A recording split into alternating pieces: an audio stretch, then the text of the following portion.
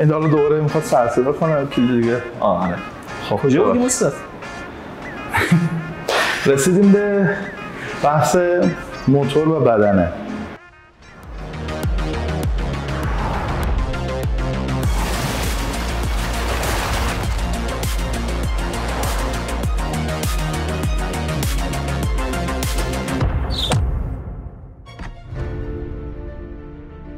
استاد سانتافه خدای یاتاقان زدنه. یه عالمه هم که سانتافه دیدیم که همه یاتاقان زدن. بازم یه سری میگن که نه شما الکی میگین، سانتافه یه شرکت معتبر کره‌ایه که اصلا هم یاتاقان نمیزنه. شما درست استفاده نمی‌کنید. عرض کنم که میشه بگه هر دو درست میگن. هر دو در واقع گروهی که در واقع این صحبت رو میکنن حق دارن. ببینید ما بیایم اینجوری نگاه کنیم. ما موتوری رو توی هیوندا داریم، یعنی هیوندا موتوری رو داره که از سال 2004 این موتور رو داره میسازه و توسعه داده تا سال 2024. اسم این موتور تتا هستش که در 3 نسل تولید شد با حجم 2400 سی سی. نسل‌های اولیه این موتور از کیفیت آلیاژ خیلی خوبی رو در واقع بهره می‌برد که کمتر این معضله یاتاقان زدن رو ما در داخلش می‌دیدیم. البته من این نکته رو بگم، صحبت سانتافه برمیگرده که میگن آقا سانتافه سلطان یاتاقان، برمیگرده به سانتافه هایی که در واقع 2012 13 به بعد هستن که از موتورهای 2400 سی سی همون تتا استفاده کردن. این مدل ها هست، منظور این مدل ها هست که در واقع یاتاقان میزنه. خب نسل اول این موتور بسیار کیفیت خوبی داره که فقط رو سانتافه نبود، روی سوناتا، روی در واقع خیلی از محصولات هیوندای یا کیا. حالا برای اینکه حالا کلیپ رو من کوتاه بکنم، نمیخوام برند رو کلا توضیح بدیم، رو خیلی از محصولات هیوندای و کیا تولید شد.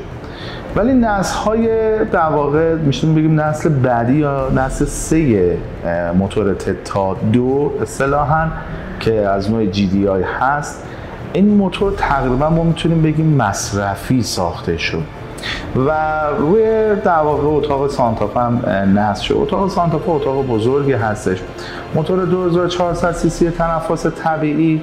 خب اون موتور برای اون در واقع اتاق مقدار ضعیفه و نوع گیربکس و دیفرانسیلی که روش نصبه روی موتور زور اصطلاحاً. من این رو بعد از چندین تعمیر موتور، یعنی حداقل 100 موردی که خود بنده تعمیر کردم، خدمت شما دارم عرض میکنم. کیفیت یاتاقان ها و طراحی نسل جدید کلا نسبت به قدیمش تغییر کرده. در سال 2014-15 این ماشینا وقتی دچار ایراد میشد میگفتن ضعف اویل پمپ داره، در صورتی که واقعیتش ضعف اویل پمپ نبود.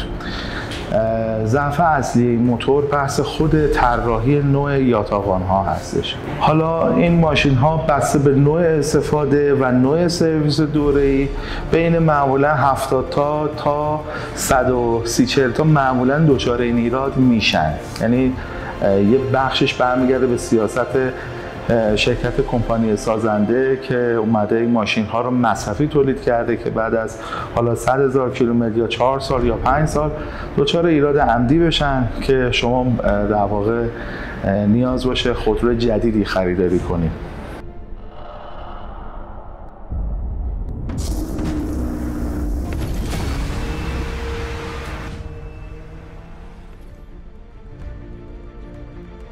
که البته این سیاست کلی اکثر کمپانی‌های سازنده در سالهای جدید هستیم که داریم تو همه خودروها می‌بینیم، یعنی شامل فقط هیوندا نیست، از تمامی خودروهای برند معروف گرفته تا تمامی ماشین‌های اکثر ایرانی یا چینی که ما داریم می‌بینیم الان در بازار، در واقع دارن مصرفی تولید می‌کنن.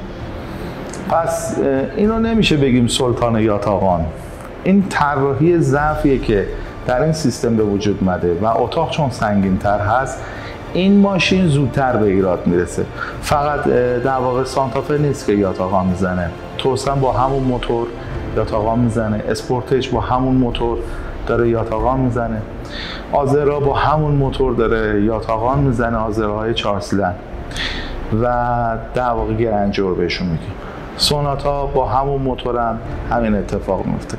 فقط بسته به نوع استفاده، وزن ماشین یا سرویس دوره‌ای این حدش کم و زیاد میشه.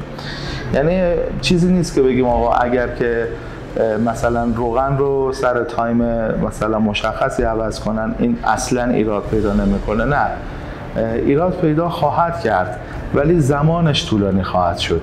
یعنی بالاخره حالا یا 60,000 تا یا نهایتا 130,000 تا یا 40,000 تا ممکنه ایراد بخوره. این نکاتیه که ما توی اون ماشین هایی که تعمیر کردیم یا مراجعه شده به نمایندگی برای تعمیر در واقع بررسی کردیم، به این نتیجه رسیدیم.